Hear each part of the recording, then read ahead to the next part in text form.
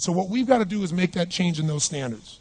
That's where the shifts happen. It doesn't happen any other place. And I give you a very simple example.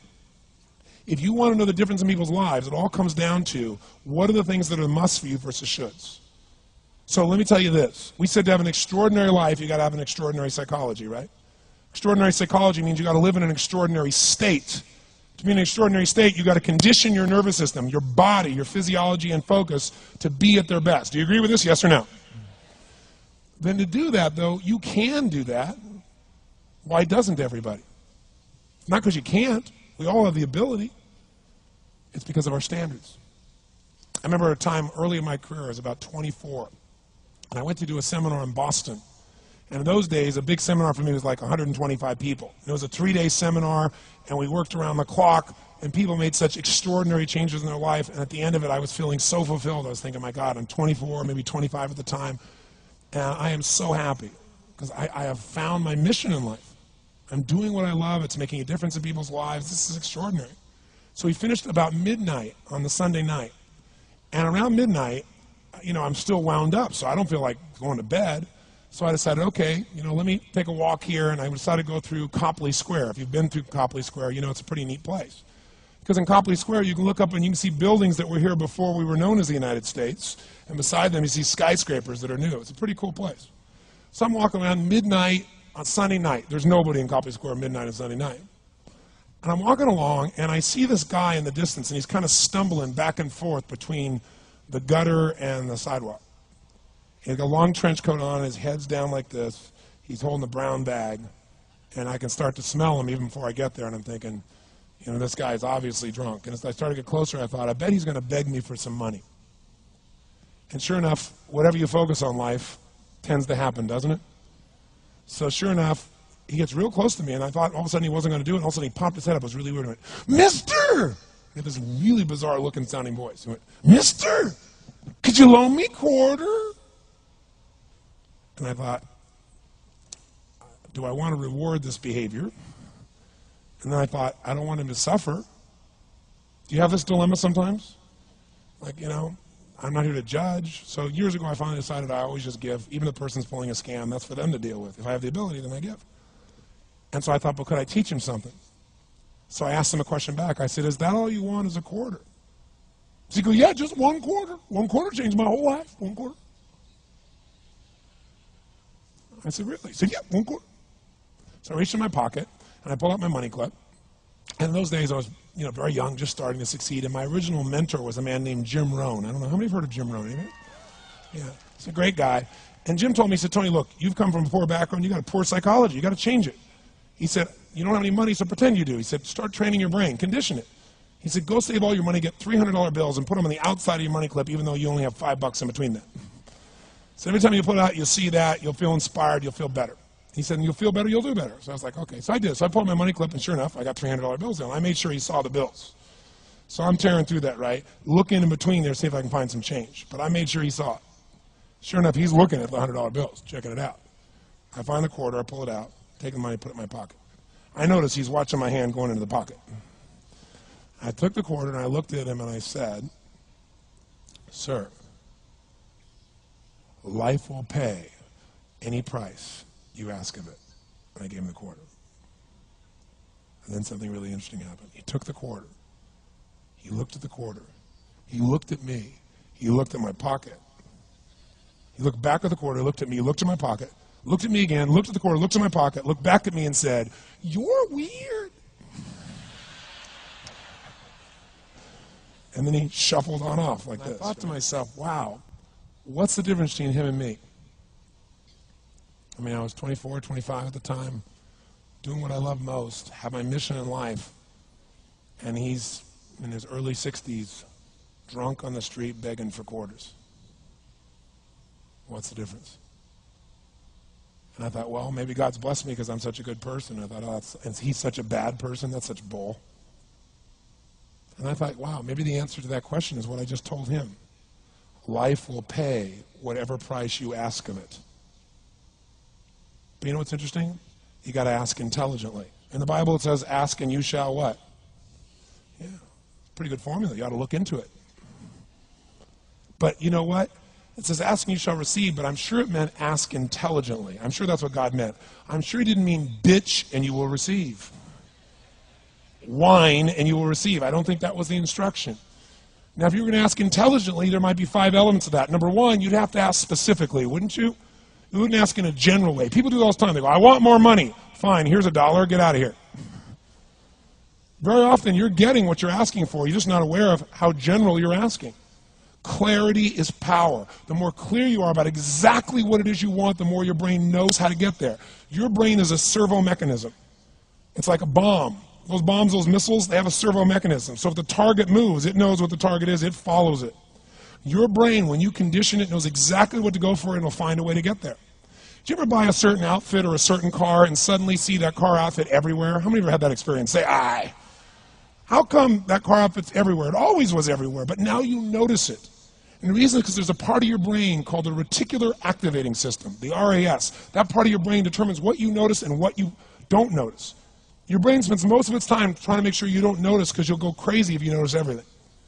But when you decide what's most important to you, your brain goes after it. Everyone I know who's successful builds what I call an RPM plan. An RPM is built on the metaphor that the way to get from where you are to where do you want to go to the fastest is you got to build power, like in a car, RPMs. And the R stands for they know the result they're after. They know what they want precisely. If you don't know exactly what you want or you let yourself get beyond that into something general, you're not going to achieve it. Clarity is power. You've got to know the specific result you're after. What do you want? If you can't answer that question right now in your personal life, in your body, in your relationships, in your finances, in your spirituality, then you're not going to be as fulfilled as you want to be.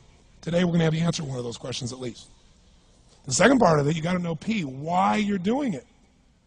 Because you know what? You may get a big goal as soon as I want to make $1 billion. I want to bring peace to the earth. Why? Because as soon as you come up with a goal, all the obstacles show up. And unless you've got enough emotional drive to break through that, you're never going to discover what it really takes. So you got to get yourself past that. And the way to get past that is have enough reasons. Reasons come first, answers come second. This man did not know what he wanted, he did not have enough reasons. To ask intelligently, you got to ask specifically. To ask intelligently, you got to know why you want it, have enough drive to make it happen, enough juice to make it happen. If you don't have enough reasons, you will not make it happen. And the M is, what is your massive action plan? What is going to get you to actually fall through? Because the first plan's not going to work and the second plan's going to work, so you better have enough plans that if the first two don't work, you still got something else. Otherwise, you're going to be having excuses why it didn't work. So asking intelligently requires that. So if we're going to be extraordinary in our results, we've got to be in an extraordinary state. We've got to know what we want and we've got to go use it.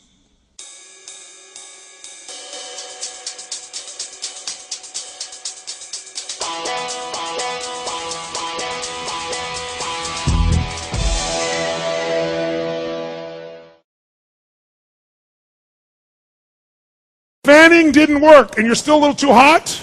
Try this. How many of you can remember a time in your life when you were hot and you were sweaty and you were happy about it? See, it feels so much better already, doesn't it?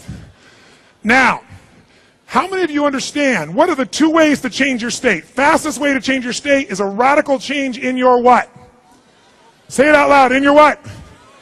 Physiology, which means your body, or a radical change in what you are focusing on. 3 decisions we make every moment. What are we going to focus on? What does it mean? And what am I going to? How fast can you change what you're focusing on or what it means to you, what you're going to do? How fast? That means in a heartbeat you can change your life, but you won't unless you first change your state. And you can do that. How fast? How fast? In fact, what you want to do is train yourself to go like a car. A great race car goes 0 to 60 in 3-4 seconds. A crappy car takes 10 or 15 seconds. Same thing is true of a person. A person who takes forever to change their state, they don't have much of a life. Somebody change their state that fast, boom! And all of this is a habit of directly, powerfully using your body and your focus. That's all it takes. Now, let's see how fast you can change your state. I'm going to just try something. At some point you may hear the sound like a train coming by, a train whistle. And whenever you hear that sound, your goal is, doesn't matter if you're tired, exhausted, you don't know what to do, you're tired, you don't feel like it, you instantly drop your stuff and you're going to literally go up and celebrate like crazy. And at the end of that celebration, I want you to train yourself to do something else. I want you to laugh all the way back into your chair for no good reason. Now you say, I can't laugh for no reason. Then fake it. If you fake it long enough, you'll actually start to laugh. Because as you go into that physiology, it'll happen. Now, why would you want to do that? Well, one reason is, one of my sons, for example, my second youngest boy, his name is Josh. And when Josh was a little boy, I'll never forget, he used to be kind of sad and tired all the time. And I'd say, Josh, look at your life. And I began to look at his friends. And they were all sad and tired all the time. One day, he came home with a new friend. And this little friend was an interesting guy. Have you ever noticed that some people, no matter what happens, they find a way to be unhappy? How many know somebody who's always got a problem? And if they don't have one, they find one. How many know somebody like this? Say, I. And have you ever met somebody that's not really funny, but they think they are? And they crack themselves up? And they laugh so hard at their own jokes, you find yourself laughing too? Who's ever dealt with somebody like this? Knows what I'm talking about? Say, I. Well, this little boy was not funny, but he thought he was. And he was cracking up at his own jokes all the time. And his laughter was so infectious, you laughed too. It wasn't fake, it was real. And so I said to Josh, hang on to that friend. Spend as much time as you can with that friend. Because I want to tell you something. You want to change your life? One way to change your life is change your state. Second way, most powerful way, change who you spend time with. Who you spend time with is who you become. Because if you care for somebody, if you are really an outgoing, happy person and they're always sad, after a while you don't want to be so happy because it doesn't feel good. You know, they're like, well, you're easy for you. Who here has ever dropped your own happiness so you didn't offend someone else? How many have ever done this before? Raise your hand. Say, I. But by being less happy, do you make them better? Do you make them stronger? Do you make them happier? No. But that's what we tend to do. So picking who you're going to spend time with is a critical component of what makes life work. And so with Josh, it was interesting. He spent the next 3 or 4 years, they became best friends. And to this day, my son is one of the funniest people I know, even when he's not.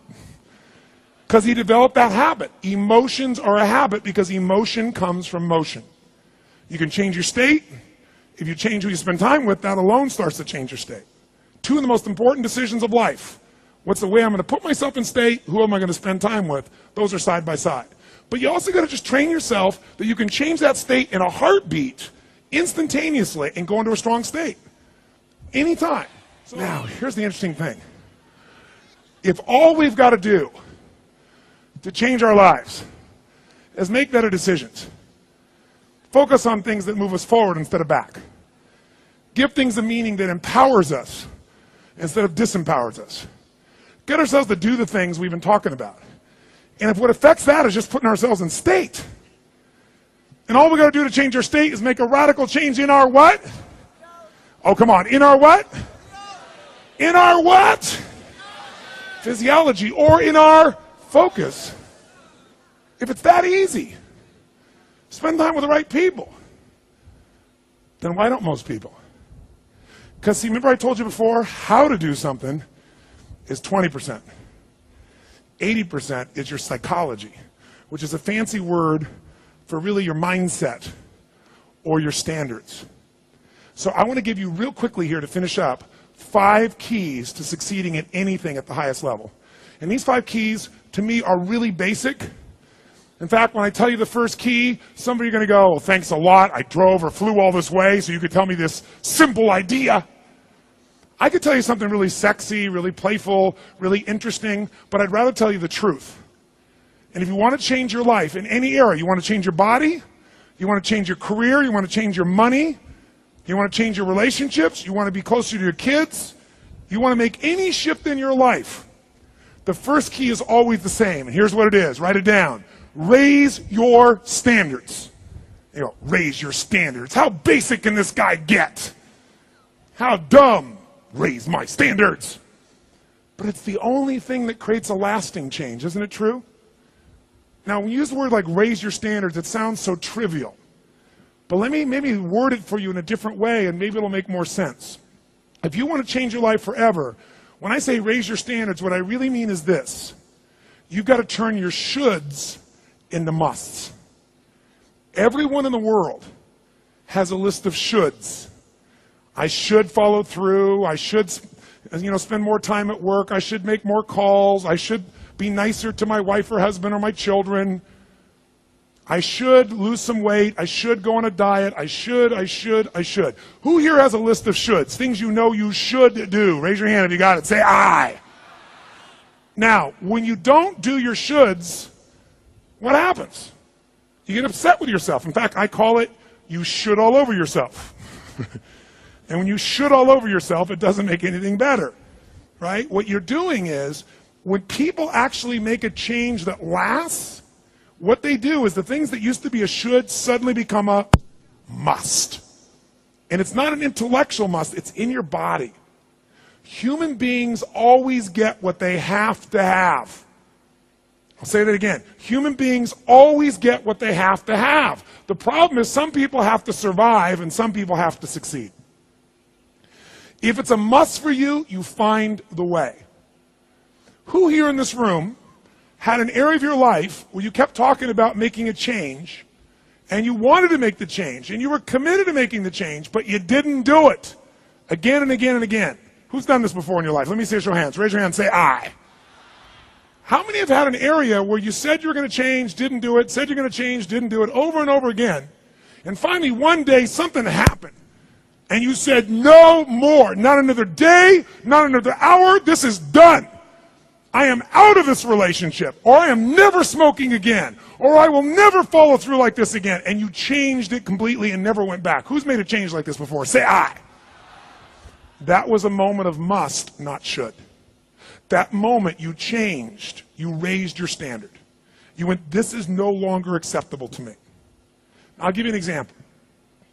How many of you in this room today are earning much more than you used to earn in terms of your income? How many are earning much more than, say, 10 years ago? Let me see your hands. Much more.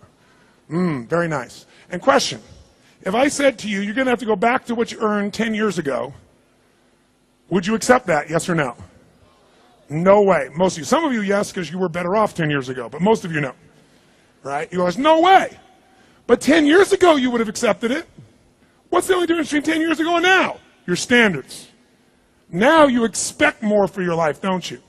And interestingly enough, we always get what we absolutely must have. Our standard. I'll give you an example.